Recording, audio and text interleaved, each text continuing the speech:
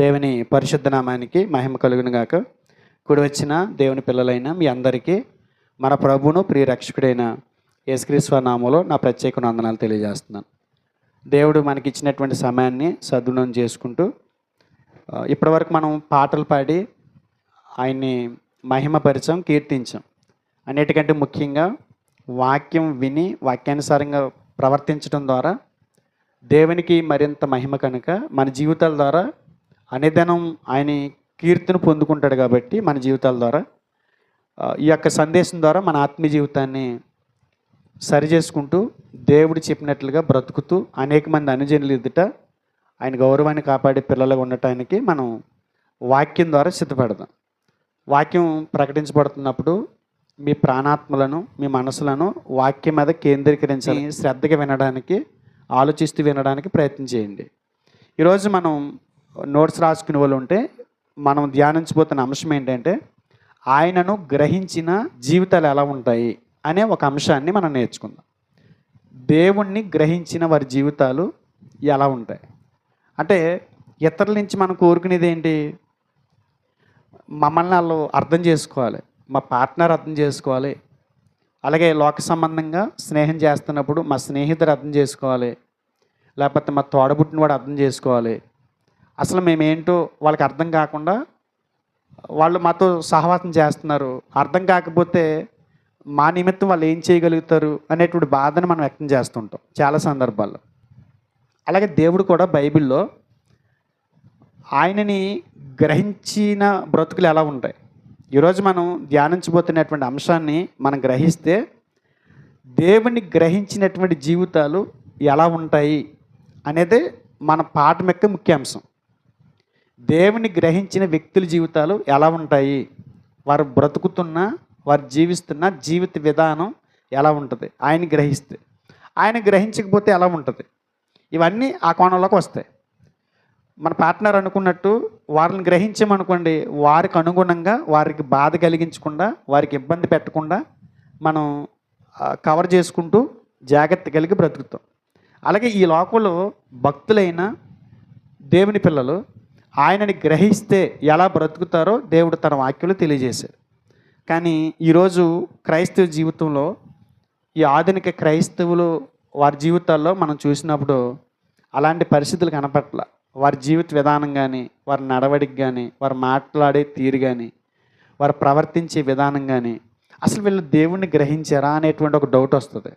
ఆయనని గ్రహిస్తే వారి జీవితం అలా ఎందుకు ఉంటుంది, అతడు అలా ఎందుకు ప్రవర్తిస్తాడు, అతడు అలా ఎందుకు జీవిస్తాడు, అతడు ఆ మాట ఎందుకు మాట్లాడతాడు, అతడు ఆ పరిస్థితుల్లో అక్కడెందుకు ఉంటాడు, ఆ నిషిద్ధమైనటువంటి స్థలాల్లో అతనికి అవసరం ఏంటి, నిజంగా దేవుని గ్రహించిన వ్యక్తి ఆ ప్రాంతంలో ఉండడు అనేటువంటి ఒక ఆలోచనతోటి మనం మాట్లాడుతుంటాం. మనం చూస్తున్నప్పుడు నిజంగా దేవుని గ్రహించినటువంటి దేవుని పిల్లలమేనా అని అనిపిస్తుంది. పౌలు గారు తిమోతికి పత్రిక రాస్తూ తన ప్రియకుమారుడితో మాట్లాడుతూ ఆయనకి దేవునితో ఉన్నటువంటి బంధం గురించి మాట్లాడుతూ ఒక మాట చెప్పాడు. చూడండి, తిమోతికి రాసిన 2వ పత్రిక 1వ అధ్యాయము 12వ వచనం. ఆ హేతువు చేత ఈ శ్రమలను అనుభవించుచున్నాను కానీ నేను నమ్మిన వాణ్ణి ఎరుగుదును గనుక సిగ్గుపడను. పౌలు గారు ఏమంటున్నాడండి? నేను నమ్మిన వాణ్ణి ఎరుగుదును కనుక నేను సిగ్గుపడను. అంటే పౌలు గారు అనగలుగుతున్న ఈ మాట మనం అనగలుగుతున్నామా? పౌలు గారు తన ప్రియకుమారుడితో మాట్లాడితే ఏమంటున్నాడు? నేను నమ్మిన వాణ్ణి నేను ఎరుగుదును. ఏ ఉద్దేశంతో మాట్లాడుతున్నాడు ఇది? ఉదాహరణకి లోతు గారు ఉన్నాడు. లోతు గారు సొదొమ గొమొర్రా పట్టణాల్లో దేవునికి విధేయుడై బ్రతికి అనేకులను దేవుని వైపు తిప్పుతాడు అనుకుంటే తిప్పల. జీవం కలిగిన దేవుడిని, నిజ దేవుడిని నమ్మినోడే లోతు. అయితే లోతు నమ్మిక, లోతు విశ్వాసం, లోతు దేవుని నమ్మినటువంటి విధానం మీరు జాగ్రత్తగా పరిశీలన చేయండి. లోతు స్వయంగా దేవునితో బంధం లేదు, దేవుని గ్రహించిన వ్యక్తి కాదు. మరి లోతు నిజ దేవుని దగ్గరికి ఎలా వచ్చాడు? నిజ దేవుణ్ణి అనుసరిస్తూ, నిజ దేవుణ్ణి కొలుస్తూ ఎలా ఉండగలిగాడు అని మనం జాగ్రత్తగా ఆలోచన చేస్తే లోతుకంటూ దేవునితో పరిచయం లేదు. లోతు ఆ నిజ దేవుని తెలుసుకోవడానికి గల ప్రధానమైన కారణం ఎవరంటే అబ్రహాం గారు. అబ్రహాం గారు నిజ దేవుని తెలుసుకున్నాడు. నిజ దేవుని మాటని విని బయటకు వచ్చేసాడు. ఆ వచ్చినప్పుడు అబ్రహాం గారు దేవుని వెంబడిస్తుంటే లోతు గారు అబ్రహాంని వెంబడిస్తున్నాడు. లోతు గారు ఎవరినైతే నమ్మాడో ఆయన్ని పూర్తిగా గ్రహించలేదు. లోతు గారు ఎవరినైతే నమ్మాడో ఆ నమ్మిన ఆ దేవునితో ఈయనకి బాండింగ్ లేదు, సరైనటువంటి స్థితి లేదు. మన నమ్మిన వ్యక్తిని మనం గ్రహించగలిగినప్పుడే కదా మన ప్రవర్తన ఏంటి బయటపడేది. ఈరోజు మనం మన ప్రవర్తన చూస్తుంటే, మన నడవడికి చూస్తుంటే నిజంగా మనం దేవుణ్ణి గ్రహించిన వాళ్ళమేనా అని అనిపిస్తుంది, డౌట్ వస్తుంది. దేవుని గ్రహించిన వారి స్థితి ఎలా ఉంటుంది? నేను ఎవరినైతే నమ్మానో నేను ఎరుగుదును అని చెప్పగలిగే స్థితి ఈరోజు క్రైస్తవులకు ఉందా అని ఆలోచిస్తే ఆశ్చర్యం వేస్తుంది వారి ప్రవర్తన చూస్తుంటే. ఇవాళ అందరూ దేవుని నమ్మింది ఎలా నమ్మారు? నిజదేవుని ఎలా తెలుసుకున్నారు? నిజదేవుని గ్రహించే వాళ్ళు వెంబడిస్తున్నారా? భార్య బాధ పడలేకో, భర్త బాధ పడలేకో, పాస్టర్ గారి బాధ పడలేకో, తల్లిదండ్రుల బాధ పడలేకో, పిల్లల బాధ పడలేకో దేవుని వెంబడిస్తున్నారా? ఒకసారి ఆలోచించండి. ఒకవేళ అలా వెంబడిస్తే కనుక మీరు నిజ దేవుణ్ణి గ్రహించలేనట్టే లెక్క. మీరు నమ్మిన దేవుణ్ణి మీరు అర్థం చేసుకోలేకపోయినని అర్థం. మనం నమ్మిన దేవుణ్ణి స్వచ్ఛందంగా మనం తెలుసుకుని ఆయన గ్రహించి మనం ఈ లోకంలో బ్రతుకుతున్నాం అనుకోండి, మన ప్రవర్తన తీరు డిఫరెంట్గా ఉంటుంది, మన ఆలోచనలు వేరుగా ఉంటాయి, మన మాటలు డిఫరెంట్గా ఉంటాయి, మన ప్రవర్తించే తీరు వేరుగా ఉంటుంది, మన నడవడిక వేరుగా ఉంటుంది, మన పద్ధతులు వేరుగా ఉంటాయి, మన సహవాసాలు వేరుగా ఉంటాయి, మనం నివసించేటువంటి ప్రాంతాల్లో ఉన్నటువంటి మన బంధాలు వేరుగా ఉంటాయి, మన స్నేహితులు వేరుగా ఉంటారు. ఈరోజు నిజ దేవుణ్ణి మీరు గ్రహించారా లేదో ఈ వర్తమానం ద్వారా మీకు అర్థమవుతుంది అనుకుంటున్నాను నేను. మనం నిజమైన దేవుని గ్రహిస్తే మనం ఎలా ఉన్నాము అని తెలియజేసే సందేశమే ఇది. ఒకసారి ఎవరికి వాళ్ళు స్వపరీక్ష చేసుకోండి. నేను నమ్మిన దేవుణ్ణి నేను పూర్తిగా ఎరిగిన వాడినేనా? నా దేవుణ్ణి నేను అనుసరిస్తున్నానని చెప్తున్నాను, ఆయన గురించి నేను పూర్తిగా అర్థం చేసుకున్నానా? ఉదాహరణకి ఒక భర్త ఉన్నాడు. ఆ భర్త ప్రవర్తన అంతా వివాహమైన నాటి నుంచి భార్య గ్రహిస్తుంది. కొన్ని విషయాలు భర్తకు నచ్చినప్పుడు భర్త మనసును ఎరిగిన భార్య ఏం చేస్తుంది? ఆయన ఇది చేస్తే బాధపడతాడు, ఇది చేస్తే కోపడతాడు, ఇది చేస్తే ఇబ్బంది పడతాడు అని అనుకున్నప్పుడు తన భర్త మనసును గ్రహించినటువంటి భార్య వాటిని చేయకుండా ఉంటుంది. సరి చేసుకుంటాం పక్కన పెట్టేసేయండి, ఆయన ఎదురుగుండా చేయకుండా ఉంటుంది. అలాగే సేమ్ భర్త కూడా అంతే. ఈమెకి ఇది ఇబ్బంది కలిగిస్తుంది, ఈమె మనసుకి అది ఇష్టం ఉండదు కనుక నేను ఆ విషయంలో నేను కొద్దిగా జాగ్రత్తగా ఉంటే ఆమె మనసును బాధ పెట్టిన వాడిని కాకుండా ఉంటాను అని భర్త అర్థం చేసుకుని గ్రహించగలిగితే ముందుకు నడుస్తారు. సేమ్ ఇలాగే నిజంగా నిజదేవుని తెలిసినటువంటి మనం అలా బ్రతుకుతున్నామా? మన దేవుణ్ణి మనం గ్రహించగలిగితే మన జీవితాలు ఎలా ఉంటాయి? బైబిల్లో భక్తులు వాళ్ళు జీవించినటువంటి ఆ జీవిత విధానం ఎలా ఉందో తెలుసా?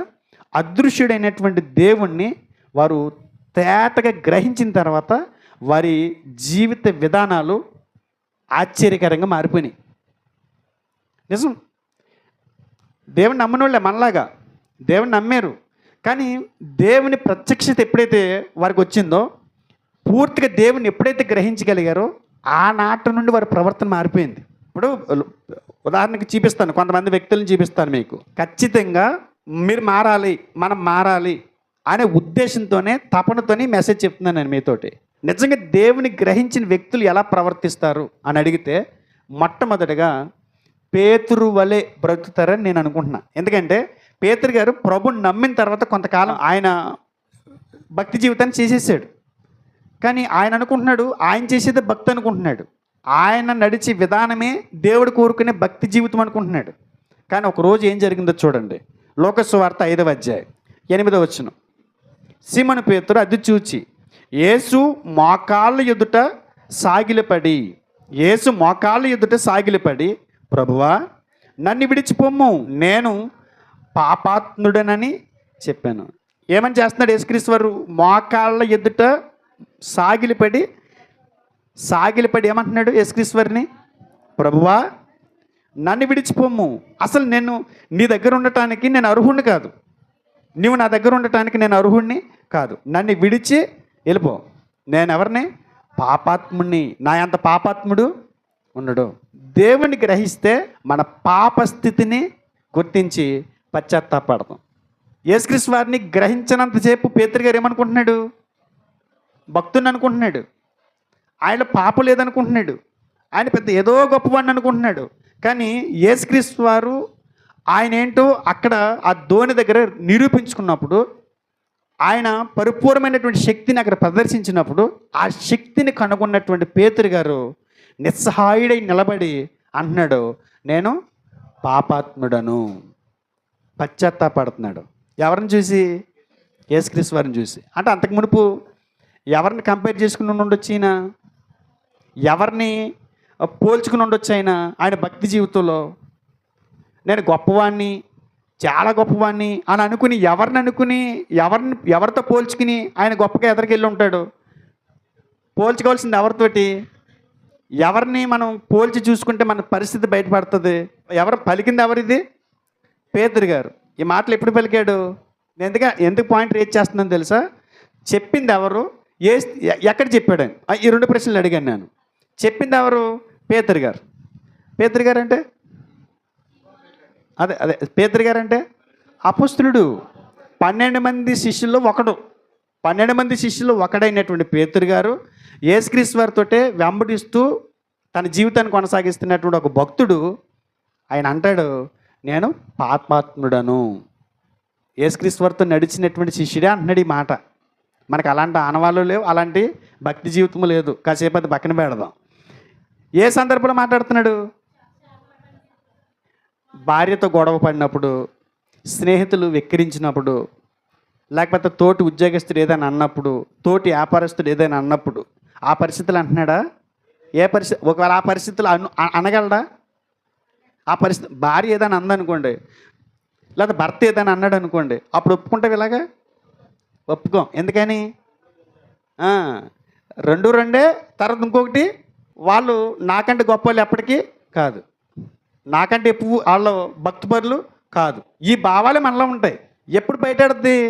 ఎప్పుడు మనం నిస్సహాయాలుగా నిలబడగలం? ఈరోజు స్థానిక సంఘాల్లో భక్తుల పరిస్థితి ఎలా ఉందో చెప్తున్నాను నేను. పేతురు గారిని తీసుకురావడం గల కారణం ఏంటంటే, సంఘాల్లో భక్తులని చెప్పుకుంటున్న వారి ప్రవర్తన తీరు ఎలా ఉందంటే, మేకపోతు గాంభీర్యాన్ని ప్రదర్శిస్తూ మారేసుకు తిరుగుతూ, మా అంత భక్తిపరులు లేరు, మా అంత ప్రార్థన పరులు లేరు, మా అంత వాక్య ధ్యానం చేసేవాళ్ళు లేరు, మా అంత గొప్పోళ్ళు ఈ సంఘంలో లేరు అని ఎవరైతే ప్రవర్తిస్తున్నారో వాళ్ళకి ఒక పాఠాన్ని నేర్పిస్తున్నాడు పేతురు గారు.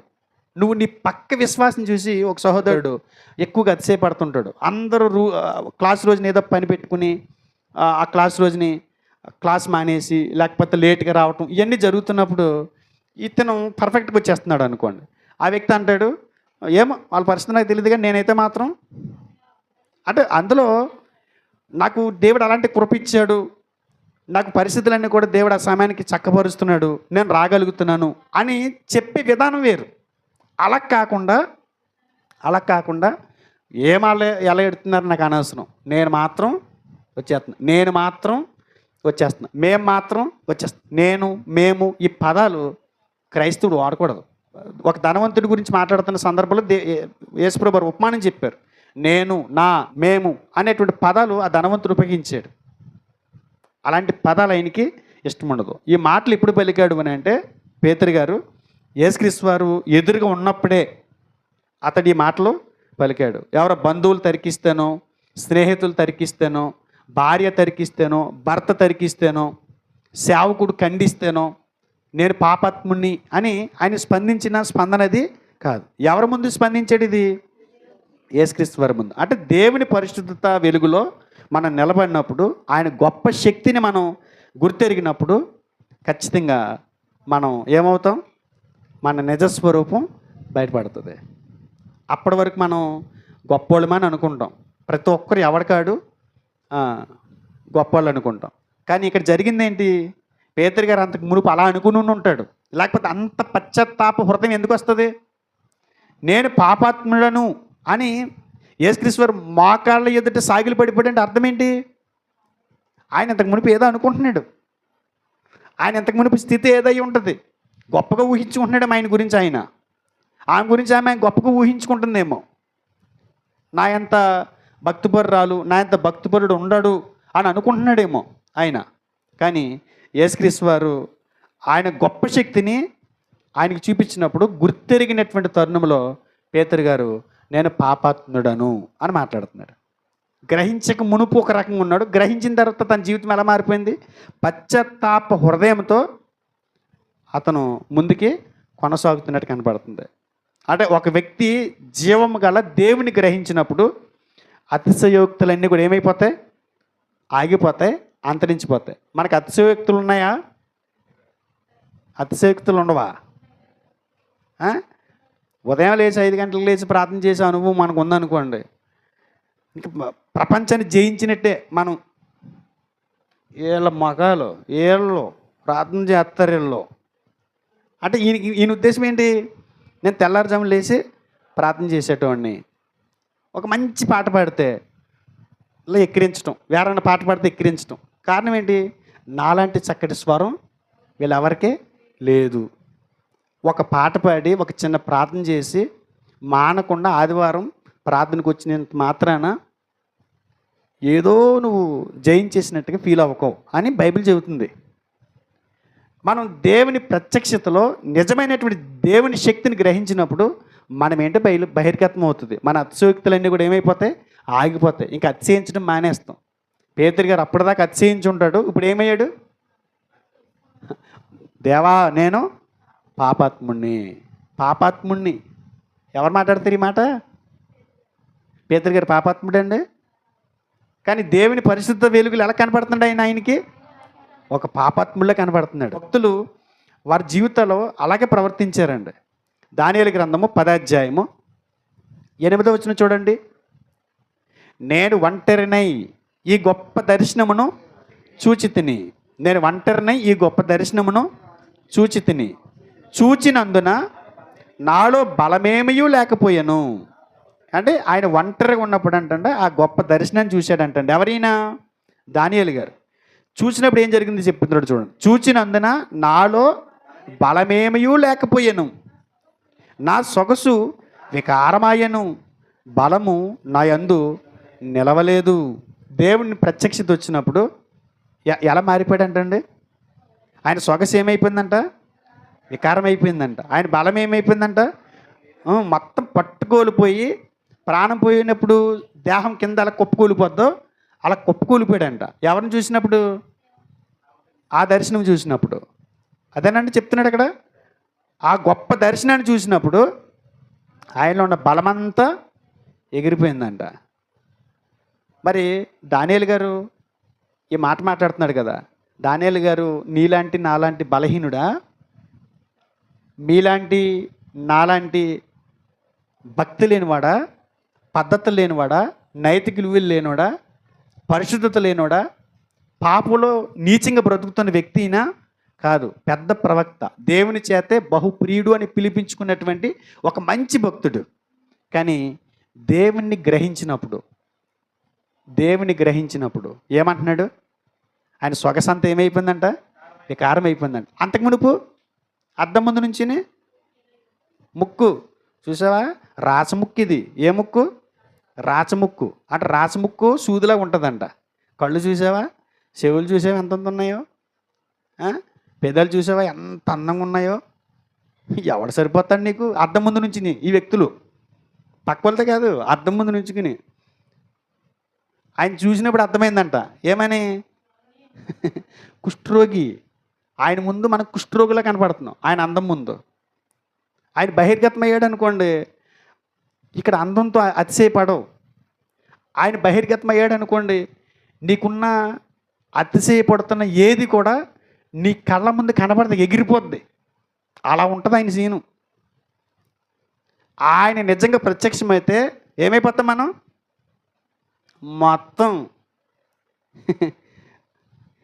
ఏదో 4 కాసులు బంగారం ఉంటే ప్రపంచ కుబేరులుగా మనం ప్రవర్తిస్తుంటాం. కొద్దిగా ఎర్ర తోలు ఉంటే ప్రపంచ అందగాళ్ళ ఫీల్ అవుతుంటాం. కానీ యూనివర్సల్ స్టార్ కనపడ్డాడు అనుకోండి, ఏమవుతుంది? అన్నీ కుబేరుడు గుబేలమని కింద ఆడతాడు. దానియేలు గారు పాపాత్ముడేం కాదు, భక్తుడే. పెద్ద ప్రవక్తల్లో ఇజ్రాయేల్ ప్రజలు అమితంగా గౌరవించి అభిమానించే పెద్ద ప్రవక్త. అలాంటి ప్రవక్త ఆ దర్శనం చూసినప్పుడు ఏమైపోయాడంట? కుప్పకూలిపోయాడంట. అలా కుప్పకూలిపోయాడంట. పేతురు గారు అలా మోకాళ్ళ మీద పడిపోయాడంట. పాపాత్ముడను. వీళ్ళందరూ ఎవరిని గ్రహిస్తున్నారు? దేవుని గ్రహిస్తే ఈ భూమి మీద మనం అలా బతుకుతాం. కానీ ఆ పక్కన ఈ పక్కన చూసుకున్నాం అనుకో, నీకున్న ఆ గ్రామ్ బంగారం చూసి బిల్డప్ ఇస్తాం అంతే. ఏమైపోతాం మనం మనకున్న కొద్దిపాటి ఆ తలాంతులు బట్టి, మనకున్నటువంటి కొద్దిపాటి ఆస్తులు బట్టి, మనకున్నటువంటి కొద్దిపాటి అందాన్ని బట్టి, మనకున్నటువంటి కొద్దిపాటి అతిశోక్తులతో కూడుకున్నటువంటి ఏదైనా సరే వాటిని చూసుకుని మనం ఇక్కడ ఎలా పడితే అలా బ్రతుకుతున్నాం. అలా బ్రతుకుతున్న వ్యక్తులు చూసినప్పుడు అనిపిస్తుంది, అసలు దేవుడికి అర్థమయ్యాడా అని, వీళ్ళు దేవుని గ్రహించారా అని. దేవుని గ్రహించిన భక్తులు ఏమైపోయారు? కుప్పకూలిపోయారు. వాళ్ళు సొగసు వికారం అయిపోయింది. వాళ్ళ బలం వారిలోంచి తొలగిపోయింది. ఒక రోబో బ్యాటరీ తీసేస్తే రోబో అలా ఎలా ఉన్న రోబో అలా ఉండిపోయినట్టు అయిపోయింది. మనం ఆయన ముందు రోబోలో అయిపోతాం. ఇంకొక భక్తుడు ఉన్నాడు చూడండి, యోబు గ్రంథము 40 అధ్యాయము 4వ వచనం. చిత్తగించుము, నేను నీచుడను. ఎవరైనా మాట్లాడేది? యోబు గారు నీచుడే అండి. యోబు గారు ఎవరు మరి? మొదటి అధ్యాయము 1వ వచనం. ఊజు దేశమందు యోబు అని ఒక మనుషుడు ఉన్నాను. అతడు యథార్థవర్తనుడు, న్యాయవంతుడినై దేవుని యందు భయభక్తులు కలిగి చెడుతనము విసర్జించిన వాడు. ఈయన ఏమంటున్నాడు? దేవుడు కనపడంగానే నేను నీచుడను, నేను నీకు ఏమని ప్రత్యుత్తరం ఇచ్చేదను. యోబు గారు చిన్న సీతకమ్మ భక్తుడా? ఎవరంటే అయినా యోబు గారు ఎవరు? నీతిమంతుడు, యథార్థవంతుడు, న్యాయవంతుడై ఉండి దేవుని యందు భయభక్తులు కలిగి చెడుతనాన్ని విసర్జించిన వాడేమో దేవుని ప్రత్యక్షతలో దేవుణ్ణి గ్రహించినప్పుడు నీచుని అంటున్నాడు. కనీసం ఇంత కూడా ఏ క్వాలిటీలు అయినటువంటి మనం ఏమని చెప్పుకుంటున్నాం? చాలా గొప్పలు చెప్పుకుంటున్నాం. అంటే మనకి ఎవరు తగలలేదు? ఆయన ఏంటో మనకి ఇంకా గ్రహించలేదు కాబట్టి మనం ఏం చేస్తున్నాం? మనకున్న కొద్దిపాటి ఏయో ఉంటాయి కదా, వాటిని బట్టి చాలా గొప్పలు పోతున్నాం. నేనేమంటానంటే, నిజంగా పేతురు వలె, యోబు వలె, దానియేలు వలె మనం దేవుని గ్రహిస్తే చాలా భయంతో బతుకుతాం ఈ భూమి మీద. ఒక అందంగా లేని వ్యక్తిని చూసి అందంగా ఉన్న వ్యక్తి అతిశయపడుతుంది అనుకోండి, ఎవరు గుర్తు రావాలి నీకు వెంటనే? ఆయన అందం ముందు నేనంతా, ఈవిడ అందం పక్కనెట్టేసి ఆయన అందంతో పోల్చుకుంటే నా అందం ఏంటి? కురూపి, వికారం అయిపోయింది నా అందం. ఎవడ పేదోని చూసి నీకున్న కొద్దిపాటి ఆస్తులు చూసుకుని నువ్వు ఉప్పొంగిపోయావు అనుకో, నువ్వు ఎవరిని చూడాలి? అయ్యి బాబు, ఆయన ముందు మన ధనాలు ఎంత, మన సంపాదనలు ఎంత? బంగారం నాది, 1000 కొండల మీద పశువులు నాయి, ఇవన్నీ నాయి అంటే అర్థం ఏంటి? ఈ భూమి నాది అంటే నువ్వు కలిగి ఉన్నాయన్నీ నాయి. నువ్వు కలిగి ఉన్న దాన్ని బట్టి నువ్వు వాళ్ళ ముందు అతిశయపడుతున్నావేమో. ఆయన ముందు చూస్తే అవన్నీ ఆయని. ఏం చేస్తాడు? ఏంటి అన్నాం అనుకోండి, వెనక్కి అది మొత్తం ఎగిరిపోతాయి. అర్థమవుతుందా? దేవుని అద్భుతమైనటువంటి పరిపూర్ణత ఎరిగినప్పుడు ఆ వ్యక్తి ఏమైపోతాడు? నీచ స్థితిలోనికి వెళ్ళిపోతాడు.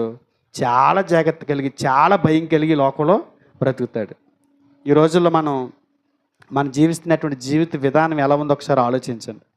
మనం వారిని చూసి వీరిని చూసి ఉప్పొంగిపోక, వారిని చూసి వీరిని చూసి అతిశయపడక, మనకున్నటువంటి చిన్నపాటి తలాంతులు చూసుకుని గర్వపడక, ఏ పట్టి వాళ్ళమండి ఆయన గ్రహిస్తే ఈ భూమి మీద మనం ఎలా బ్రతుకుతాం? చాలా భయంతో, చాలా జాగ్రత్తతోటి ఈ భూమి మీద బ్రతుకుతాం. లేదంటే ఆయన గ్రహించిన వ్యక్తి జీవితం ఎలా ఉంటుందో సార్ ఊహించండి. మేమండి ఒక్కొక్కరు మాట్లాడుతుంటారు, ఏదో తగ్గించుకోవటంలో కూడా ఎటకారం ఉంటుంది వాళ్ళ దగ్గర. కొంతమంది తగ్గించుకోవటంలో కూడా గొప్ప అని అనిపించుకోవడానికి తగ్గించుకుంటారు. అర్థమవుతుందా? ఇలా వచ్చేసి అందరు ఎదురుకుండా ప్రార్థన స్టార్ట్ అయిపోయిన తర్వాత అందరూ నిశ్శబ్దంగా కూర్చున్నప్పుడు మధ్యలో వచ్చి అలా మోకరించి 2 చేతులు పైకెత్తి మాట ప్రార్థన చేస్తున్నారంటే అర్థం ఏంటి? ఆవిడికి ఎంత తగ్గింపు, అయ్యో ఎంత తగ్గించుకుంటాడు ఆయన అని అనుకుంటారేని. తగ్గింపులో కూడా ఇదో రకమైన తగ్గింపు.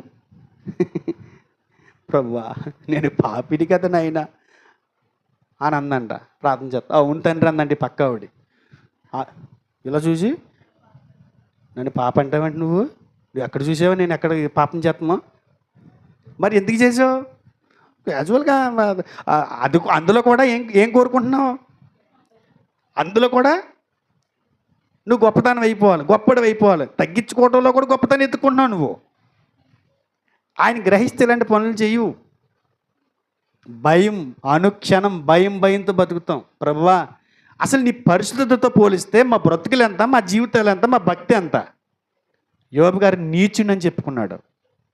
పేతురు గారు నేను పాపాత్ముని అని చెప్పుకున్నాను. పేతురు అంత గొప్పోళ్ళము కాదు, యోబు గారు అంత గొప్ప యథార్థవంతులము కాదు. దానియేలు లాంటి నీకు బహుమైనటువంటి ప్రియులైన పిల్లలము మేము కాదు. మా బ్రతుకులు ఏ పాటివి, ఏ మాత్రమైనవి ప్రభు అని ఇలాంటి భయంతో భక్తితో ఈ భూమి మీద మనం బ్రతుకుతాం.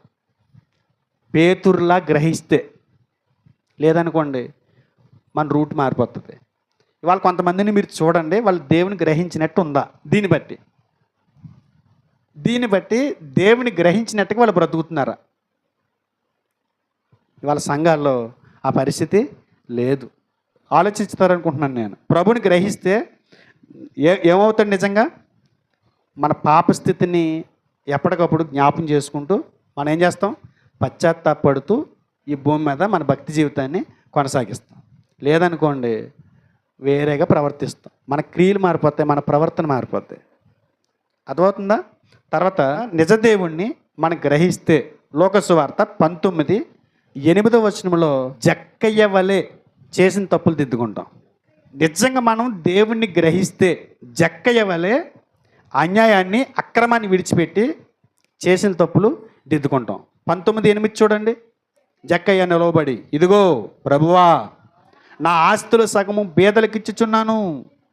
జక్కయ్య ఏమంటున్నాడండి? ఇదిగో ప్రభువా నా ఆస్తుల సగము బేదలకు ఇచ్చుచున్నాను. నేను ఎవని యొద్ద ఆయనను అన్యాయముగా దేనినైనను తీసుకొని ఎడల అతనికి 4 అంతల మరలా చెల్లింతునని ప్రభుతో చెప్పాను. జక్కయ్య యేసుక్రీస్తు వారిని దర్శించుకోవాలని చెప్పి ఎంతో ప్రయత్నాలు చేస్తూ పుట్టువాడైనందుకు మేడి చెట్టు ఎక్కి మొత్తం అది యేసుక్రీస్తు వారిని చూశాడండి. యేసుక్రీస్తు వారు ఆయన్ని ప్రేమించి ఆయన ఇంటికి వెళ్ళాడు. వెళ్ళంగానే యేసుక్రీస్తు వారిని చూడంగానే ఈయన ఏమైపోయాడు? చేసిన అన్యాయం గుర్తొచ్చింది, చేసిన అక్రమాలు గుర్తొచ్చినాయి. అవన్నీ విడిచిపెట్టేసి చేసిన తప్పులు దిద్దుకుంటూ 4 అంతలు నేను తిరిగి ఇచ్చేస్తాను. అంటే దేవుని గ్రహించకపోతే, దేవుని గ్రహించినంతసేపు అన్యాయాలకి, అక్రమాలకి మనం పాల్పడతాం. మనం చేసిన తప్పులుగా మనకి కనబడవు. తప్పులు దిద్దుకోవటం అనేది మనకి రాదు. నిజంగా యేసుక్రీస్తు వారిని గ్రహించినటువంటి ఈ జక్కయ్య ఏం చేశాడు?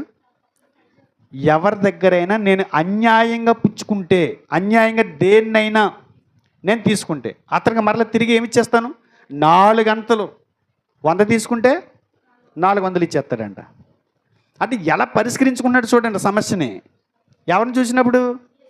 ఒకవేళ నిజంగా అలాంటి ప్రత్యక్షత మనకు వచ్చింది అనుకోండి, ప్రభువా ఒకవేళ రూపాయి తీసుకున్నాను అనుకో, ప్రభు అద్దరిపిచ్చేస్తాను ప్రభు, ఇప్పుడు లేవు నా దగ్గర అంటాం. ఒకవేళ ఒక రూపాయి తీసుకున్నాను అనుకో, ప్రభు నువ్వు నాకు అర్థమైంది ప్రభు, రూపాయికి రూపాయి ఇచ్చేస్తాను ప్రభు అంటాం. 100 తీసుకున్న వాడి దగ్గర 100కు 100 ఇచ్చేస్తాను ప్రభు అంటాం.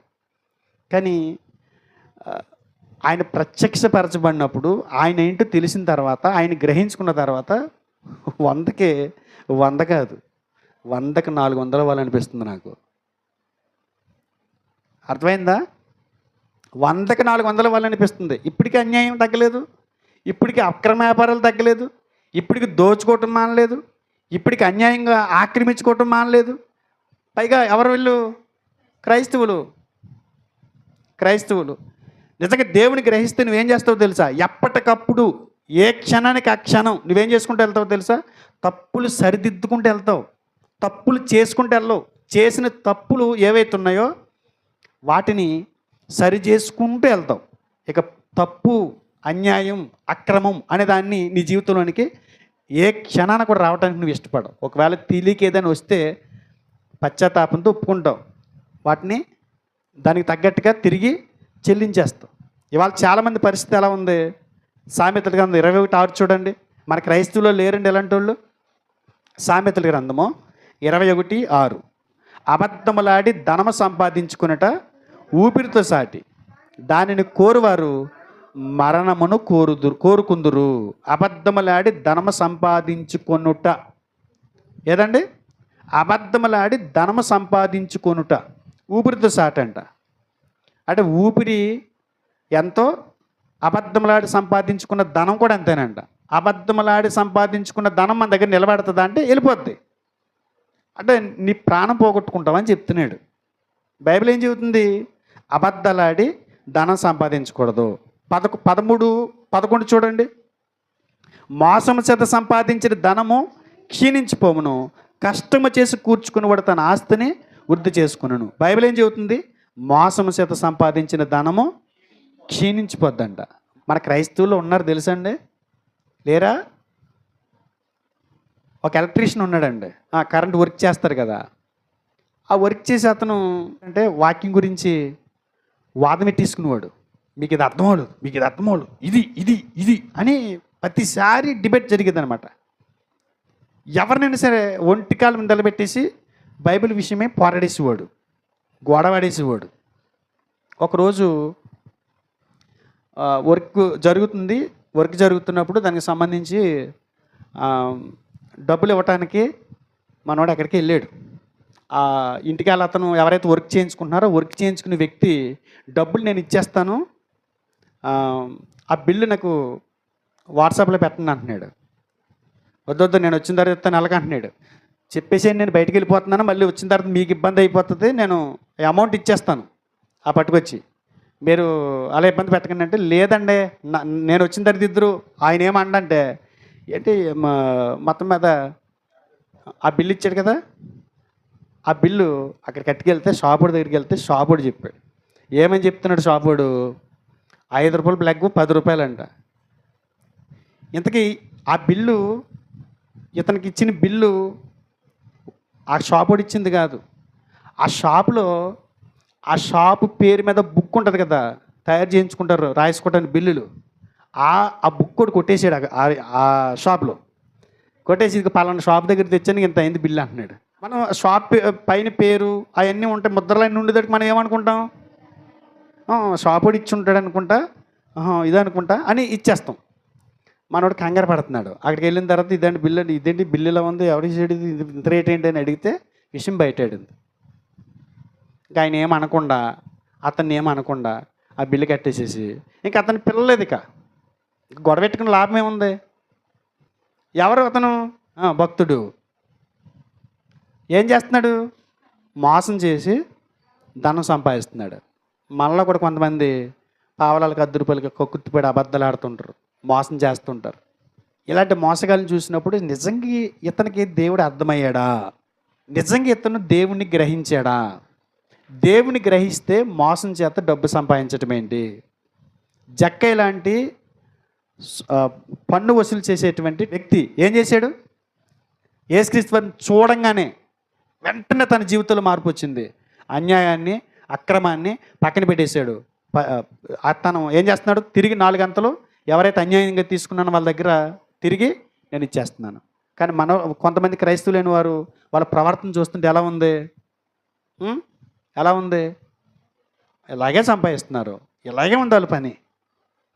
దేవుడు అర్థమయ్యాడు మీకంటే? అర్థమయ్యాడని వాళ్ళు చెప్పినా కూడా వాళ్ళ ప్రవర్తన ఏం చెబుతుంది? దేవుడిని ఇంకా గ్రహించలేదు అని అర్థమవుతుంది. నేను ఒక మాట అడుగుతాను. దేవుడు ఆయన క్యారెక్టర్కి సంబంధించి మాట తప్పనివాడు. ఆయన క్యారెక్టర్ ఏంటి? మాట తప్పనివాడు. మీరు గ్రహించారు అది మాట తప్పనివాడు అని? మీ జీవితాలు మీరు చూసుంటారు. దేవుడు మాట ఇస్తే మాట తప్పడైనా, నా జీవము తోడు, నా ప్రాణముదు నేను ఒట్టు పెట్టుకుంటున్నాను, ఇది జరుగుతుంది అంటే మాట ఇస్తే ఆయన ఏమవడు? తప్పడం. ఇది మీరు గ్రహించారనుకోండి, మీ జీవితాల్లో మాట తప్పని దేవుడు ఎన్నో పనులు చేసి పెట్టాడు మీకు. ఆయన గ్రహించిన వాడు ఎలా బతుకుతారు? మాట ఇచ్చి మాట తప్పం. మరి ఆయన గ్రహించిన వాళ్ళు ఎలా బతుకుతారు? ఇచ్చిన మాట తప్పకుండా బ్రతుకుతారు. విషయం ఏంటంటే ఏదో క్యాజువల్గా జరిగిపోతుంది అనుకుంటున్నాం, కానీ ప్రతిదీ లెక్కలు అడగటంలో తల వెంట్రుకలు కూడా లెక్క అడుగుతాడంట ఆయన. ఇలాగ దువ్వేసుకుని దువ్వని అలా పాడేసి ఇలా సర్దేసుకుని వచ్చేస్తున్నాం మనం. తల వెంట్రుకలు ఎన్ని రాళ్ళని లెక్క పెట్టుకుంటున్నాడంట ఆయన. ఎందుకని? ఇది చేసింది ఆయన. చేసినోడికి కష్టం విలువ తెలుస్తుంది. నీ తల వెంట్రుకలన్నీ లెక్కింపబడి ఉన్నాయంటే అర్థమేంటి? తల వెంట్రుకలు 1 2 3 4 లెక్కెట్టుకుంటాడని కాదు ఇక్కడ. తల వెంట్రుకలు పట్లే అంత బాధ్యత కలిగి లెక్కిస్తున్నాడు అని అంటే నీ విషయాల్లో అన్ని విషయాలు ఎందుకు వదిలేస్తాడు అనుకుంటున్నావు? క్యాజువల్గా మనం ఏం చేస్తాం? వచ్చేస్తామండి, ఇప్పుడు అంటే శుక్రవారం ప్రార్థన మానకండి అని ఎవరిని అన్నాం. నువ్వేం చేస్తున్నావు తెలుసు? అక్కడ మాట ఇస్తున్నావు. వెళ్దాం, అక్కడ వెళ్దామండి, మరి కనపడతలేదు. నువ్వు నమ్మిన దేవుడు మాట తప్పనివాడు. నువ్వు ఆయన గ్రహిస్తే నువ్వు మాట తప్పకుండా మాట నిలబెట్టుకుంటావు. ఏదో మాట్లాడేస్తున్నాం కదా అని మాట్లాడేస్తున్నాం. మనం మాట్లాడుతున్న ప్రతి మాటకు లెక్క చెప్పాల్సి ఉంటుంది. ఎలా బ్రతుకుతున్నాం ఈ భూమి మీద? మనం దేవుని గ్రహింపు మనలో ఉందా? దేవుని గ్రహించిన భక్తులుగానే ఈ భూమి మీద మనం బ్రతుకుతున్నామా? ఒకసారి ఆలోచించండి. అర్థమవుతుందా? దేవుని గ్రహించినటువంటి పేతురు గారు ఎలా బ్రతికాడు? తగ్గించుకుంటూ, లోబడుతూ, భయపడుతూ బ్రతికాడు ఆయన. జక్కయ్య 4 గంటలు తిరిగి ఇచ్చేసాడంట. అయ్యి బాబోయ్, ఇక అసలు ఇంకేమన్నా ఉందా? ₹1 వాళ్ళది నా దగ్గర ఉంటే నాకు ఎంత ప్రమాదమో. పరాయి సొమ్ము పాములాంటిది అంటారు, రుత్తుదే. మాట వరుసగా అంటారు అలాగా. ఇంట్లో ఉన్నాయండి పాములు పుట్టలే. ఏంటి? ఇంట్లో ఉన్నాయండి పాములు పుట్టలండి ఏంటి? పరాయి సొమ్మే. కక్కుర్తి. నా వలె మీరు దేవుని గ్రహిస్తే మీరు అన్యాయం చేయటం మానేస్తారు. మీరు చేసిన తప్పులు దిద్దుకుంటారు. ఇప్పటికైనా మనం దేవుని గ్రహింపు ఉంటే అదే చేయాలి. మనం అతిశయపడకూడదు. చేసిన తప్పులన్నీ సరిదిద్దుకుంటూ, ఎవరికాళ్ళు ఎవరి కొంపాడికి ఇంపు అన్నట్టు ఎవరి తప్పులు వాడికి తెలియదండి. ఎవరి తప్పులు వాళ్ళకి తెలీదు. ఒకవేళ చెప్పినా వాళ్ళు ఒప్పుకోరు, చెప్పినా తిరగబడతారు. ఎవరి తప్పులు అప్పుడు ఎవరి దగ్గర తెలిస్తే మనకి? ఆయన ఎదురుకుండా నిలబడ్డాం అనుకోండి, అన్నీ బహిర్గతం అయిపోతాయి. మరొక వ్యక్తిని చూపిస్తాను చూడండి. మనం ఆయన గ్రహిస్తే పౌలు వలె మనం ఏం చేద్దామో చూద్దాం. అపొస్తలుల కార్యములు 9వ అధ్యాయం 1వ వచనం. సౌలు ఇంకను ప్రభు యొక్క శిష్యులను బెదిరించుటయును హత్య చేయుటయును తనకు ప్రాణాధారమైనట్టు ప్రధాన యాజకుని వద్దకు వెళ్ళి ఈ మార్గమందున్న పురుషులనైనను స్త్రీలనైనను కనుగొనని ఎడల వారిని బంధించి యెరూషలేమునకు తీసుకుని వచ్చుటకు దమస్కులోని సమాజముల వారికి పత్రికలు ఇమ్మని అడిగాను. ఎందుకు వెళ్తున్నాడో చెప్పాడు చూడండి. ఎక్కడికి వెళ్ళాడంటే ఈయన ప్రధాన యాజకుడి దగ్గరికి వెళ్ళాడంట. ఎందుకు వెళ్ళాడు? ప్రభు యొక్క శిష్యుల్ని బెదిరించడానికి, హత్య చేయటానికి, ఆ మార్గమందు ఉన్నటువంటి పురుషుల్ని స్త్రీల్ని కనుగొని వారిని బంధించి బాధ పెట్టడానికి ఎక్కడికి వెళ్ళాడట? ప్రధాన యాజకుడి దగ్గరికి వెళ్ళాడంట. ఈ పని ఎలా చేస్తున్నాడంటే ఆయన ప్రాణాధారమైనట్టు చేస్తున్నాడంట. అంటే ప్రాణం పోయినట్టేనట్టు ఆ పని చేయకపోతే ఈయనకి ఏదో ప్రాణప్రదంగా చేస్తున్నాడంటే ఈ పని. 22వ అధ్యాయం చూడండి. 22వ అధ్యాయం 3వ వచనం. నేను కిలికియలోని తార్సులో పుట్టిన యూదునను. అయితే ఈ పట్టణములో గమలియేలు పాదముల యొద్ద పెరిగి మన పితరుల ధర్మశాస్త్ర సంబంధమగు నిష్ఠయందు శిక్షితుడినై మీరందరూ నేడు ఉన్న ప్రకారము దేవుని గూర్చి ఆసక్తుడినై ఉండి ఈ మార్గములో ఉన్న పురుషులను స్త్రీలను బంధించి చెరసాలలో వేయించుచు మరణం వరకు హింసించి తిని. ఈయన తపనంత దేని మీద ఉంది? మన పితరుల ధర్మశాస్త్ర సంబంధమగు నిష్ఠయందు శిక్షితుడనై. ఏది ఇష్టం ఈయనకి?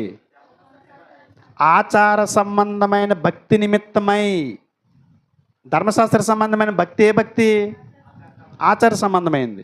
నిష్టలో, నియమాలు, కట్టడలో, కర్మకాండలో అన్నీ ఉండేవి. అది శరీర సంబంధమైనటువంటి భక్తి. శరీరమును ఆస్పదము చేసుకొనక అంటాడు పౌలు. ఇదే పౌలు. ఎందుకని? యూదులు ధర్మశాస్త్రాన్ని ఫాలో అవుతున్నటువంటి భక్తులు ఏం చేసేవారు?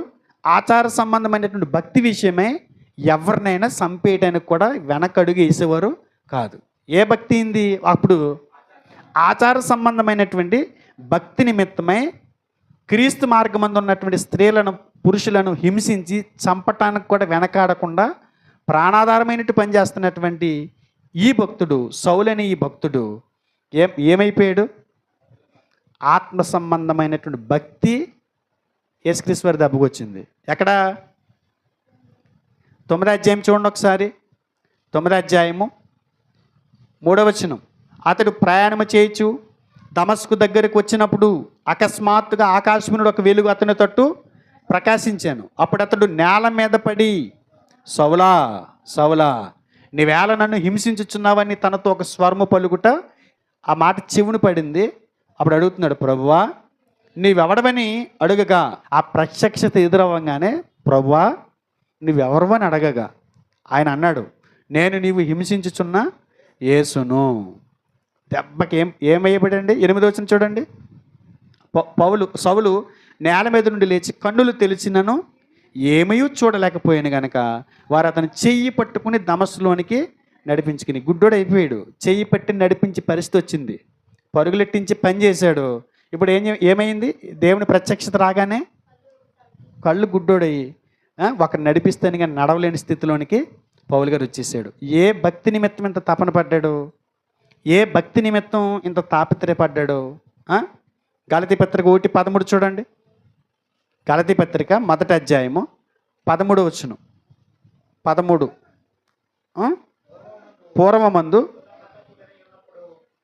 పూర్వమందు యోధా మతస్థుడినై ఉన్నప్పుడు నేను దేవుని సంఘమును అపరిమితముగా హింసించి నాశనము చేయుచు నా పితరుల పారంపర్యాసారమందు విశేష ఆసక్తి గలవాడనై. దేని విషయం విశేష ఆసక్తి గలవాడనై? పితరుల పారంపర్యాచారమందు విశేష ఆసక్తి గలవాడనై. నా స్వజాతీయులలో నా సమాన వయస్కులైన అనేకుల కంటే యోధ మతంలో ఆధిక్యత నొందుతుందని నా నడవని గురించి మీరు వింటుతరి. ఏంటంటే ఈయన నా పితరుల పారంపర్యాచారమందు విశేష ఆసక్తి గలవాడనై. ఒకప్పుడు దేని మీద ఆసక్తి? ఈయనకి ఆచార సంబంధమైనటువంటి భక్తి, ఆచార సంబంధమైనటువంటి ఆలాపన తపన కలిగినటువంటి ఈ సౌలు ఎలా మారిపోయాడు? ఆచార సంబంధమైన భక్తి తొలగిపోయి ఆత్మ సంబంధమైన భక్తి వచ్చిందంట. నేను చెప్పే మాట మీకు అర్థమవుతుందా? ఏ భక్తి కోసం పోరాడాడు ఇతను? ఆచార సంబంధమైన భక్తి కోసం పోరాడాడు.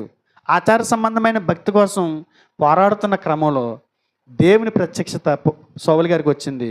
పౌలుగా మార్చబడ్డాడు. ఆత్మ సంబంధమైన భక్తిగా మారిపోయిందంట. నేను ఈ విషయం ఎందుకు తీసుకొచ్చాను అని అంటే, పేతురు వలె జక్కయ్య వలె వాళ్ళ పరిస్థితులు బట్టి దేవుడు వారికి ప్రత్యక్షం అవ్వగానే దేవుని ప్రత్యక్షతలో దేవుని వెలుగులో వారి జీవితాలు ఎలా సరి చేసుకున్నారో ఈయన కూడా ఆచార సంబంధమైనటువంటి భక్తిని పక్కన పెట్టేశాడంట. ఏ భక్తిని పక్కన పెట్టేశాడు? ఆచార సంబంధమైన భక్తిని. అప్పటి వరకు ఏమనుకుంటున్నాడు? అదే ప్రాణాధారం అనుకుంటున్నాడు. ఆచార సంబంధమైన భక్తే ఆయన జీవితంలో గొప్పదనుకుంటున్నాడు. ఇవాళ ఆచారాలు మన పితరుల ద్వారా వచ్చినటువంటి పారంపర్యాలు ఏవైతే ఉన్నాయో వాటిని క్రైస్తవుడైన తర్వాత కూడా కొంతమంది వదలట్లా, కొంతమంది వాటిని విడిచిపెడుతున్నారండి. ఏం చేస్తున్నారు? ఎదురు చూడటం మానేరు. ఎక్కడికైనా వెళ్ళేటప్పుడు ఎదురు దేనికి? అసలు ఎదురు చూడటం ఏంటి? ఎందులోది ఇది? ఎక్కడది? బైబిల్ ఎక్కడన్నా యేసుప్రభువు వారు ఆయన శిష్యులతో ఎక్కడికన్నా ఊర్లు వెళ్ళేటప్పుడు ఎదురు చూసుకుని వెళ్ళమన్నారా నాయన అపోస్తులారా అని చెప్పాడు ఎక్కడైనా? నేను ఒక మాట అడుగుతున్నాను, నిజంగా మీరు దేవుని గ్రహిస్తే నిజం చెప్తారు. ఎందుకంటే అబద్ధం ఆడనారని దేవుణ్ణి మీరు నమ్మారు. ఆయన పిల్లలు కూడా ఆయన గ్రహించిన వాళ్ళు కూడా ఏం చేయరు? అబద్ధం ఆడరు. ఎదురు చూసుకోకుండా మేము ఎక్కడికి వెళ్ళము, ఎదురు చూడకుండానే మేము ఎక్కడికైనా వెళ్తాం. ఎదురు చూసుకోమన్న వాళ్ళు చేయొద్దండి. ఎందుకంటే దేవుడే సాక్షి. మీరు మాట్లాడెత్తే సరిపోతే, చేతులు ఎత్తెత్తే సరిపోదు. ఎందుకంటే ఆయన అదృశ్యుడైన దేవుణ్ణి గ్రహించిన నువ్వు అదృశ్యుడు ఇక్కడే ఉన్నాడు, నన్ను చూస్తున్నాడని తెలిసి చెయ్యెత్తుతావో దించుతావో నీకు తెలుస్తుంది. ఆయన అదృశ్యుడు ఇక్కడ లేడు కదా అని చెప్పేసి చెయ్యెత్తావు, కానీ ఇక్కడే ఉన్నాడు, ఆయన అదృశ్యుడు, కంటికి కనపడ్డు అని చాలా జాగ్రత్తగా ఆలోచించి చేయలేపుతావు పైకి. ఎదురు చూసుకుంటేనే కానీ బయటకు అడిగెట్టరు. ఇంకేంటి, శుక్రవారం ఇల్లు కడగకూడదు. ఎవరు చెప్పారండి? అసలు ఏంటి ఇప్పుడు రీజన్ చెప్పండి. శుక్రవారం ఇల్లు కడగకూడదు, ఏంటి రీజన్ ఏంటి? ఆవిడ వెళ్ళిపోతుందని. ఏం కడగకూడదు? ఇల్లు కడగకూడదు. శుక్రవారం ఏం చేయకూడదు? డబ్బు ఖర్చు పెట్టకూడదు. ఎవరు చేస్తున్నారు ఇది? ఒక ఆవిడంట కుమార్తెని పుట్టినింటి మెట్టినింటికి పంపిస్తుందంట. పంపిస్తుంటే పాస్టర్ గారిని తీసుకొచ్చి ప్రార్థనలు చేయించిందంట. ప్రార్థనలు చేసేసిన తర్వాత బయటికి వెళ్తుంది కదా, పెట్టి బేడ పట్టుకుని జారేస్తున్నారు. వెళ్ళిపోతారు. పిల్ల ఆగాగందంట. ఏంటి బాబు అని చెప్పి ఆగిదోడికి ఆగు అని వెళ్ళి ఒక 10 కంతం తీసి 10 రూపాయల నోటు తీసి గడప మీద పెట్టి వెళ్ళిపోయేటప్పుడు కుడికాలు బయటెట్టి ఎడంకాలతో 10 లోనకి తన్ని వెళ్ళిపోమందంట. అంటే వెళ్తే ఏమట్టిపోద్ది పిల్ల? ఎవరనుకుంటున్నారు చేసింది? క్రైస్తవురాలు. అంటే నీ కుమార్తె కూడా ఏమి వెళ్ళకూడదు, ఓట్టి ఏమీ లేని దానిలాగా మెట్టినింటికి వెళ్ళిపోవాలి. ఏంటండి, ఎక్కడి నుంచి వచ్చినాయండి? క్రైస్తవులే చేస్తున్నారు, మన క్రైస్తవులు చేస్తున్నారు. పిల్లి ఎదురు రాకూడదు, విధవరాలు మొహం చూడకూడదు. ఇప్పటికీ నటించేస్తున్నారు. మీరు అందరూ బాగా ఇగులుతున్నారు, కానీ అందరూ ఇదే చేస్తున్నారు. అందరూ ఇదే. తుమ్ముడు వెంటనే ఏమంటున్నారు? సత్యం. ఏంటి సత్యమా? వాక్యం సత్యమా? తుమ్ము సత్యమా? సత్యం. చూసావా? కోర్టులో చెప్పండి, ఏమన్నా నేరస్తుడా కాదని అడిగించి జడ్జి గారి చేత కచ్చిమంది మంచి నేరస్తుడే, సత్యం ఇదే కరెక్టు. నవ్వుతారండి ఇలాంటి పనులు చేస్తే. మంగళవారం ఏం కట్ చేయకూడదంట? గోలు కట్ చేయకూడదంట. తల రాత్రులు గోలు కట్ చేయకూడదంట. గర్భిణిగా ఉన్నప్పుడు బయటకి ఎక్కడికి వెళ్ళటం కుదరదని చెప్పేది ఆవిడ. నేను అన్నాను, తిరిగితే ప్రీ డెలివరీ అవుతుందండి, ఇంట్లో కూర్చుని ఉంటే ఆపరేషన్ పడిపోద్ది. అయ్యే గర్భిణీ అయిన తర్వాత ఎక్కడికి వెళ్ళి ప్రార్థన కూడానా కరెక్ట్ అనేది? ఇవన్నీ ఎక్కడి నుంచి వచ్చినాయి మీకు ఆచారాలు? నువ్వు నిజంగా దేవుని గ్రహిస్తే ఇవన్నీ పక్కన పెట్టేస్తావు, ఇవన్నీ పక్కకు పోతాయి. ఇంకొక విషయం ఏంటంటే, వాస్తులకి మన వాళ్ళంత గొప్ప వాళ్ళు ఎవరు లేరండి. మన క్రైస్తవులకు చూసుకునే వాస్తు ఆఖరికి పాస్టర్ గారు మొత్తం చర్చ్ అంతా లేపేసాడంట. ఈ మూల పగలు కొట్టి మొత్తం చర్చ్ అంతా లేచిపోయింది. ముందే మూల పగలు కొట్టారు, అది వాస్తు తేడా వచ్చిందని. తర్వాత మళ్ళీ ఈ మూల పగలు కొట్టారు, వాస్తు తేడా వచ్చింది. మళ్ళీ ఈ మూల పగలు కొట్టారు, మొత్తం చర్చ్ లేదు. ఇప్పుడు ఏంటంట? వాస్తు అంట. కనీసం వాక్యం మీద మీకు ఏదైనా అవగాహన ఉందా? ఎక్కడైనా బైబిల్లో ఉందా? బైబిల్లో ఉంటే పాటించండి. ఎక్కడైనా బైబిల్లో చెప్పాడా? వాస్తులు చూడని వాళ్ళు ఎవరైనా ఉన్నారా? వాస్తులు చూడని దేశాలేమో అగ్ర దేశాలు అయిపోయినాయి, ధనవంత దేశాలు అయిపోయినాయి. వాస్తులు కట్టారంటే వాస్తు లేకుండానేమో అవి నిలబడుతున్నాయి, వాస్తుండి మనకి కూలిపోతున్నాయి. ఇవన్నీ క్రైస్తవుడికి తగదండి. క్రైస్తవుడికి ఇది తగదు. దేవుని వాక్యం ఏం చెబుతుంది? నేనేమంటానంటే, ఆచారం భక్తి చేయనివ్వదు, భక్తి ఆచారం చేయనివ్వదు. క్రైస్తవుడు అయిన తర్వాత కూడా మీరు ఆచారాలు పాటిస్తున్నారు అని అంటే దేవుడి మీకు ఇంకా అర్థమైనట్టుగా అనుకుంటున్నారు అంతే. మీరు దేవుడు అర్థం అవ్వాలా మీకు?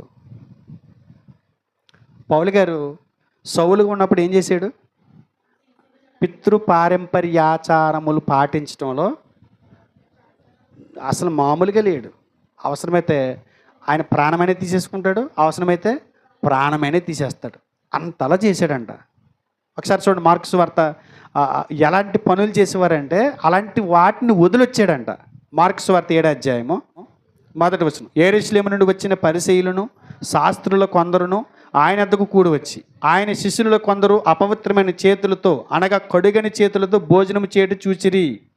పరిసయ్యులను యూదులందరూ పెద్దల పారంపర్యాచరణను బట్టి చేతులు కడుక్కుంటేనే కానీ భోజనం చేయరు. పెద్దల పారంపర్యాచారమును బట్టి చేతులు కడుక్కుంటేనే కానీ భోజనము చేయరు. మరి వారు సంత నుండి వచ్చినప్పుడు నీళ్లు చల్లుకుంటేనే కానీ భోజనం చేయరంట. సంత నుంచి వచ్చినప్పుడు కూడా ఏం చల్లుకుంటారంట? నీళ్లు చల్లుకుంటారంట. ఇదియుగాక గిన్నెలను కుండలను ఇత్తడి పాత్రలను నేలలో కడుగుట మొదలుగా అనేక ఆచారములు వారు ఆచరించడు వారు. ఏమండి? వారు ఆచరించడు వారు. యేసుక్రీస్తు వారు బాధపడుతున్నారు చూడండి. 5వ వచనం. అప్పుడు పరిసయ్యులు శాస్త్రులు, నీ శిష్యులు ఎందుకు పెద్దల పారంపర్యారం చొప్పున నడుచుకొనక అపవిత్రమైన చేతులతో భోజనము చేయుదురని ఆయనను అడిగిరి. అందుకే ఆయన వారి ఇలాగ సెలవిచ్చాను, ఈ ప్రజలు పెదవులతో నన్ను గణపరుచుదురు కానీ వారి హృదయము నాకు దూరంగా ఉంది. వారు మానవులు కల్పించిన పద్ధతులు, మనుషులు పెట్టినటువంటి పద్ధతులు, ఇప్పుడు వరకు మనం చెప్పుకున్నాం కదా, శుక్రవారం ఖర్చు పెట్టకూడదు, మంగళవారం కటింగ్ వేయించుకోకూడదు, తర్వాత ఎదురు చూసుకోవాలి. ఇవన్నీ మనుషులు పెట్టారండి. ఒకవేళ మనిషి పెట్టింది ఉపయోగపడుతుంది అనుకోండి. ఉదాహరణకి అంటే నేను ఆచారాలని విమర్శించట్లా, ఆచారాలకి బైబిల్ వ్యతిరేకమేం కాదు. ఎప్పుడు వ్యతిరేకం అవుతుంది బైబిల్? నిన్ను నువ్వు పాడు చేసుకుంటున్నప్పుడు, నీ ఆచారం నిన్ను పాడు చేస్తుంది అనుకోండి, వాక్యం వ్యతిరేకిస్తుంది. రాత్రులు గోల్డ్ కట్ చేయకూడదు అనేవారు. ఇప్పటికే ఉంది అది. ఎందుకు కట్ చేయకూడదు? కరెంట్ లేదనుకోండి, ఏ కుతుకులో కట్ చేసుకుంటాడు. 1, 2 కట్ అయిపోయినటువంటి గోర్లు ఎక్కడ పడతాయి? కింద పడతాయి. అన్నం దాంట్లోనో ప్లేట్లోనో పడుతుందని వాళ్ళు రాత్రులు కట్ చేసుకోకూడదమ్మా అనేవారు. ఏదో ఒకటి ఉంటుంది. పెద్దలు ఏదో పెట్టింది, అది మన మంచి కోసం, ఆరోగ్యం కోసం పెట్టింది అనుకోండి, దాన్ని పాటించొద్దని ఏం చెప్పట్లా. కానీ వీళ్ళు ఏం చేసేవారంట, చేతులు కడుక్కుంటేనే కానీ భోజనం చేసేవారు కాదంట. ఇప్పుడు చేతులు కడుక్కోవటం ముఖ్యమా, చేతలు కడుక్కోవటం ముఖ్యమా? ఒక వ్యక్తి ప్యాకెట్ ఆడేసి భార్య దాచుకున్న డబ్బంతా ప్యాకెట్లో పోగొట్టేసి చేతులు జాడించుకుంటూ ఇంటికి వచ్చాడు. ఇంటికి వచ్చి లోన కూర్చుని భోజనం పెట్టమన్నాడు. తన భార్య అంది, చేతులు కడుక్కుని తినండి అంది. ఇప్పుడు చేతులు కడుక్కుని తింటే ప్రయోజనం ఏంటి? చేతులు కడుక్కోవాలా, చేతులు కడుక్కోవాలా? ఒక మాట చెప్పండి. ఆ పద్ధతి ఉందనుకోండి, ఇది చేయడా? అది చేయగలిగేవాడు ఇది చేయడా? చేతలు కడుక్కోవాలి, నడతలు కడుక్కోవాలి. ఈ కడుక్కోరు. ఏం కడుక్కోవాలి? చేతులు కడుక్కుంటేనే కానీ భోజనం చేయకూడదంట. అక్కడ చేసి వచ్చిన పనేమో చెడు పని, చెడ్డ పని చేశాడు. ఇక్కడికి వచ్చి ఏం చేస్తున్నాడు? ఆచారాన్ని పాటిస్తున్నాడు. యేసుక్రీస్తు వారు అదే బాధపడుతున్నాడు. యూదులు మీ పెద్దలు పెట్టినటువంటి పారంపర్య ఆచారాన్ని, మనుషులు పెట్టినటువంటి పారంపర్యాలను పాటిస్తున్నారు, ఓకే. కానీ ఏం చేస్తున్నారంటే ఈ లోపాల్లో 7వ వచనం మళ్ళీ ఒకసారి చూడండి.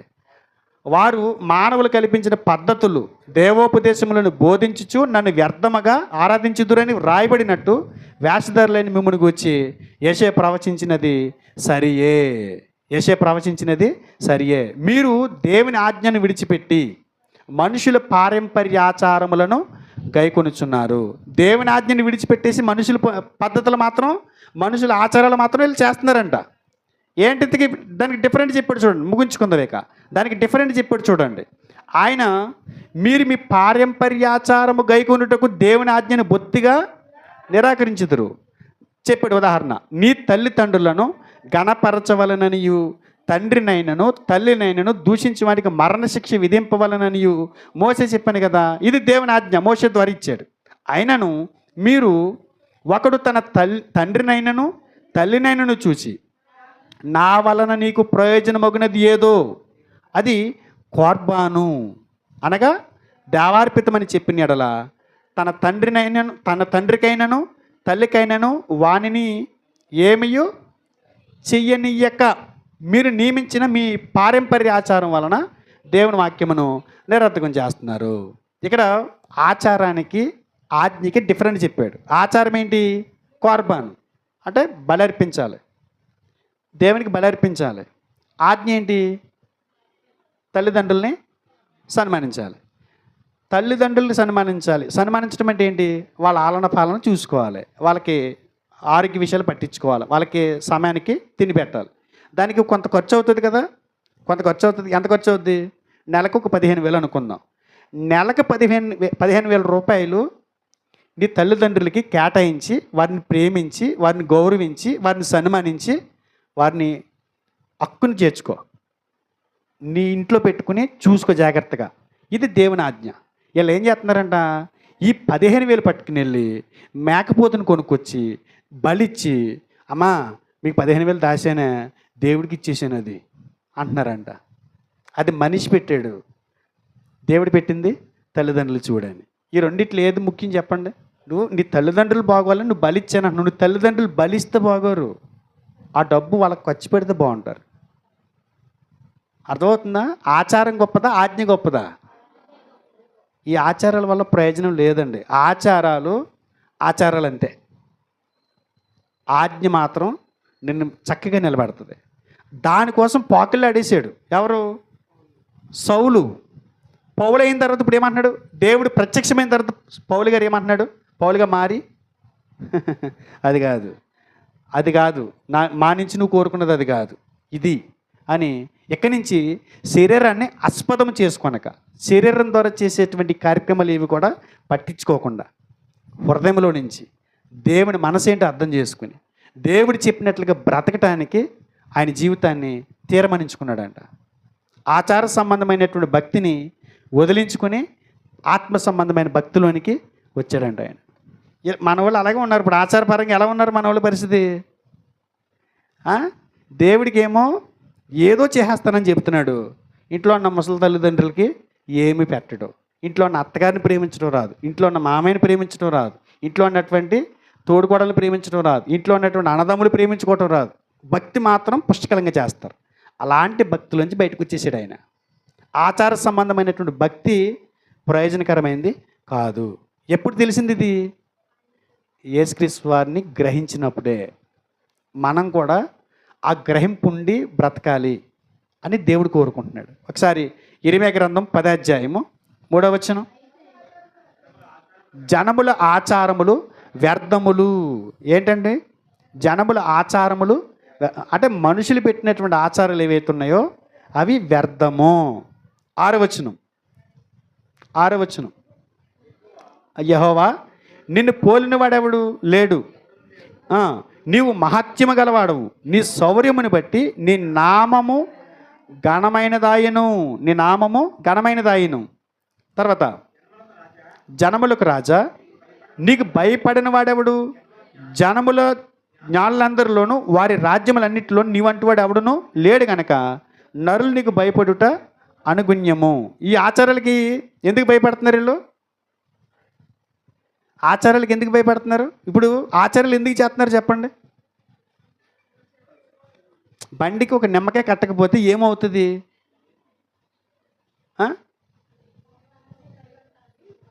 అంటే దానికి ఎదర చక్రానికి ఏం కడతాడు? ఏదో అవుతుందని భయమండి వాళ్ళకి. జనముల ఆచారాలకు మీరు భయపడకండి.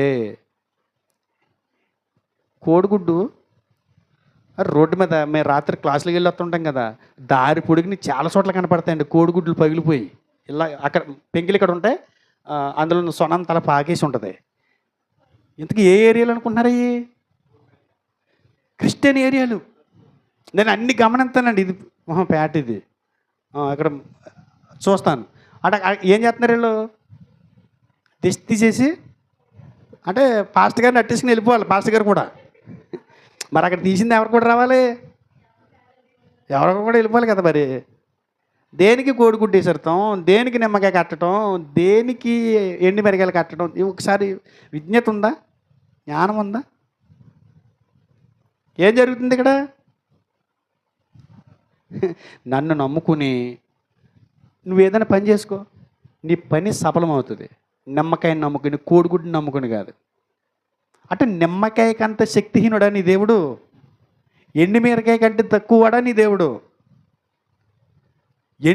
ఎండి మిరపకాయ భయపడినంత భయం దేవుని విషయంలో ఉండదు మనకి. నిమ్మకాయ తొక్కామా ఇంకా చూసుకోండి. ఇంకా భార్య తుమ్మునే భయమే.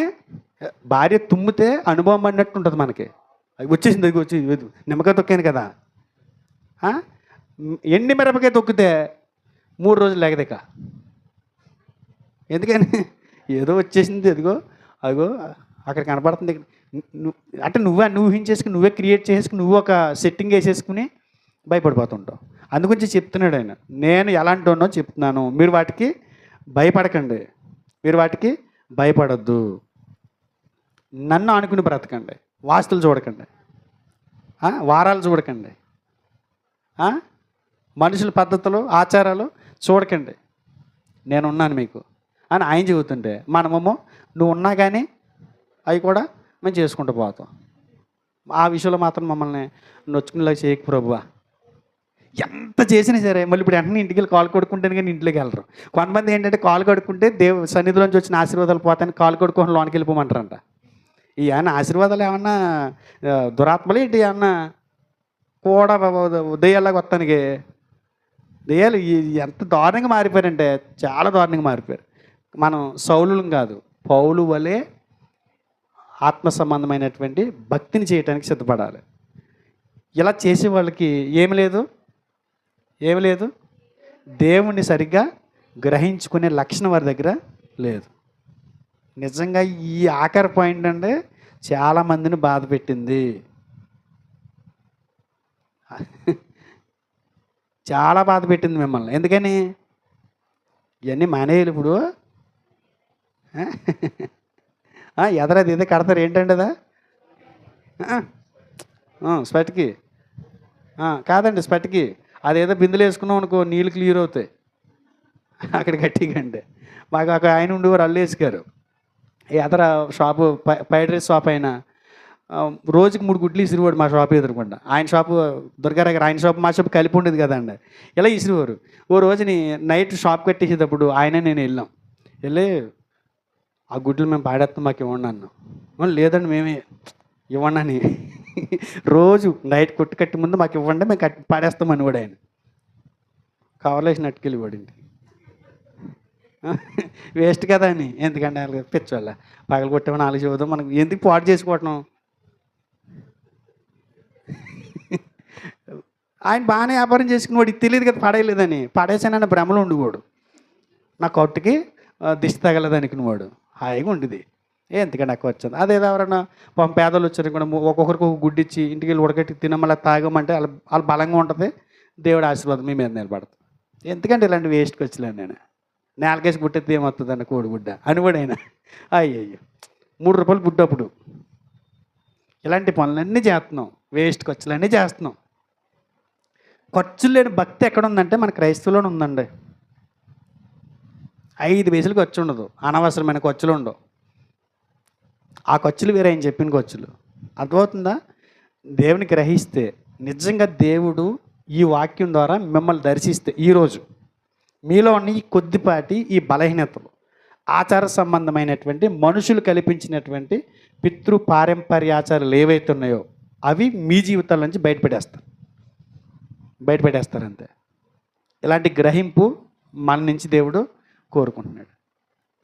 ఎన్ని చూసాం మనం ఈరోజు? నిజంగా దేవుని గ్రహిస్తే వారి జీవితాలు ఎలా ఉంటాయి?